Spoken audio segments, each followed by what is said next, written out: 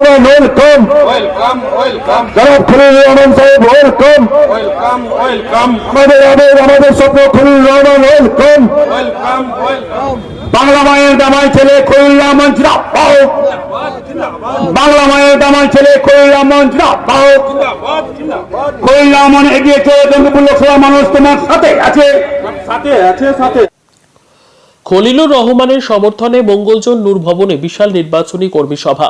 ব্রিগেডের জনগর্জন জনসভা থেকে 42টি লোকসভা কেন্দ্রের প্রার্থীদের ঘোষণা করেন তৃণমূল কংগ্রেসের সেনাপতি অভিষেক বন্দ্যোপাধ্যায়।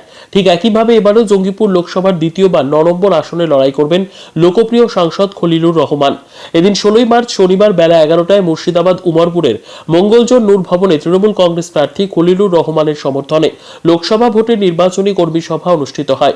ইতিমধ্যে নির্বাচন কমিশন ঘোষণা করেছেন আগামী 7ই মে জঙ্গিপুর লোকসভার ভোট গ্রহণ।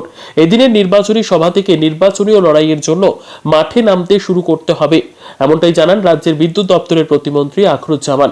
আজকের এই নির্বাচনী কর্মী সভায় জঙ্গিপুর লোকসভার অন্তর্গত বিভিন্ন অঞ্চল থেকে মেম্বার, প্রধান, অঞ্চল সভাপতি, ব্লক সভাপতি থেকে শুরু করে বিভিন্ন শাখা সংগঠনের উপস্থিতি লক্ষ্য করা যায়। এদিনে নির্বাচনী কর্মী সভা থেকে বিজেপিকে তীব্র ভাষায় আক্রমণ করেন লালগোলার বিধায়ক মোহাম্মদ আলী। তিনি বলেন, বর্তমান ভারতবর্ষকে একটা ধর্মের বেড়াজালে ফেলার চেষ্টা করছেন বিজেপি সরকার। সেই প্ররোচনায় পা না দেওয়ার আর্জি জানান সকলকে। বিজেপি সরকার বারংবার মিথ্যে প্রতিশ্রুতি দিয়ে আসছে। বেকারদের 2 কোটি চাকরি, গ্যাসের মূল্য বৃদ্ধি, অ্যাকাউন্টে 15 লক্ষ টাকা। তাই বিজেপিকে উৎখাত করতে আজকের এই নির্বাচনী সভা থেকে জনগর্জনের ডাক বিধায়কদের। পাশাপাশি জঙ্গিপুর বিধানসভার মানবিক বিধায়ক জাকির হোসেন বলেন, মুখ্যমন্ত্রী মমতা বন্দ্যোপাধ্যায়ের রাজ্যের উন্নয়ন যেন মানুষের ঘরে ঘরে পৌঁছে গিয়েছে, তাই আমরা উন্নয়নকে হাতিয়ার করে নির্বাচনী প্রচারে ঝাঁপব।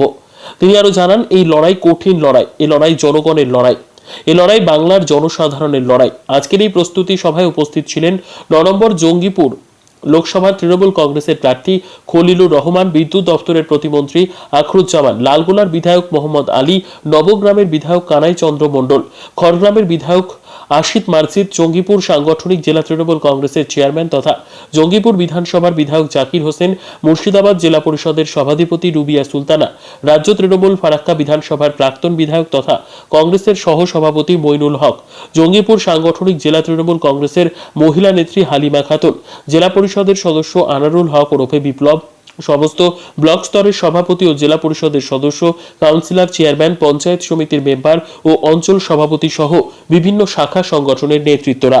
ব্যুরো রিপোর্ট, দিনরাত স্টার নিউজ।